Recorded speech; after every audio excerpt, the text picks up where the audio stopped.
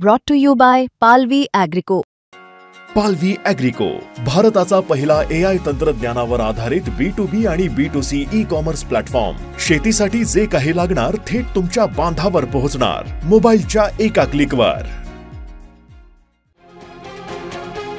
जळगाव शहरात एक अत्यंत धक्कादायक आणि मानवी संवेदना हादरवणारी घटना समोर आली आहे। सोन्याच्या लालसेपोटी चोरांनी अंत्यसंस्कार केलेल्या मृतदेहाचे काही भागच चोरून नेल्याचा संतापजनक प्रकार उघडकीस आला आहे। जळगाव शहरातील महापालिकेच्या हद्दीत असलेल्या स्मशानभूमीत हा अमानुष प्रकार घडलाय। शबाबाई पाटील या महिलेचं परवा दुःखद निधन झालं होतं। काल त्यांच्या पार्थिवावर स्मशानभूमीत अंत्यसंस्कार करण्यात आले।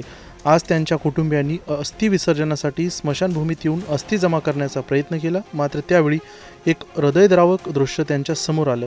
अंत्यसंस्कार केलेल्या त्यांच्या आईचा डोक्याचा आणि पायाचा भाग गायब असल्याचं त्यांनी पाहिलं। या घटनेनं कुटुंबियावर पुन्हा एकदा दुःखाचा डोंगर कोसळलाय।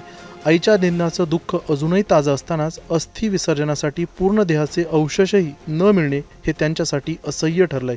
या प्रकरणानंतर स्मशानभूमीतील सुरक्षा व्यवस्थेवर प्रश्नचिन्ह उभं राहिले।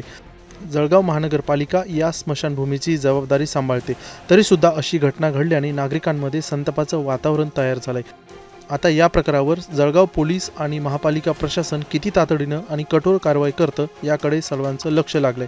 पण मृत्यूनंतरही मृतदेह सुरक्षित नाही हे वास्तव समाजातील अमानुषतेचं भयावह चित्र दाखवतं। या दुःखद प्रसंगी जळगावतील मेहरुण येथील स्मशानभूमीमध्ये जे अपेष्ट आहेत, जे त्यांचे कुटुंबीय आहेत, त्यांचा मुलगा आहे, त्यांचा भाऊ आहे, त्यांच्या घरचा सगळा परिवार माझ्या सोबत आहे।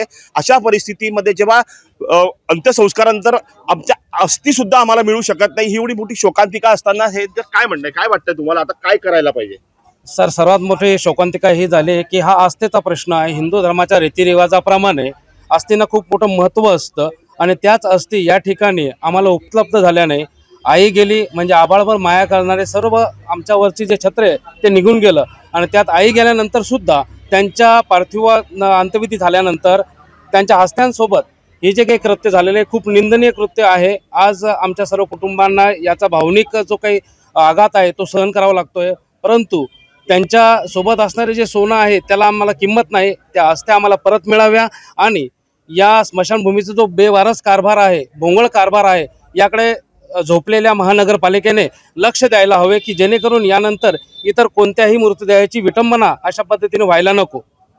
निश्चितच आपण बघू शकतो की एक खूप भावनेचा मोठा प्रश्न असतो। ज्या आईने लहानची मुलं मोठी केली त्या आईचा अंत्यसंस्कार होतात आणि त्याच आईचा डोक्याचा भाग या ठिकाणून चोरीला जातो। ताई, काय म्हणाल आता या परिस्थितीमध्ये तुम्ही? आम्हाला सोन्याचं वगैरे काही नाही, पण जे भावना आहे आमच्या की त्या अस्थि वगैरे परत मिळाव्या आणि महानगरपालिकेला वगैरे आम्हाला एकच विनंती, इथं कंपाऊंड वॉल वगैरे व्हायला पाहिजे, एक वॉचमन ठेवायला पाहिजे, कॅमेरा लावायला पाहिजे, म्हणजे याच्या पुढे कोणी असं करू नये हे कृत्य। म्हणजे हे कॅमेरा जर लावलं तर हे आपल्याला उघड होईल कोणी केलेलं वगैरे, हीच आम्हाला महानगरपालिकेकडे विनंती आहे। कारण एक आईचं दुःख काय असतं, कोणाची शेवटची भावना असते की बा आपण जे सोन्याचं हे असलं तर ते मुलांना करावंच लागतं, सोन्याच्या दागिना माझ्याबरोबर शेवटपर्यंत जावा अशी इच्छा असते। पण आम्हाला सोन्याशी काहीच घेणं देणं नाही, आम्हाला फक्त आमचं पवित्र जे आहे अस्थिचं तेच पाहिजे परत, बाकी काहीच नाही।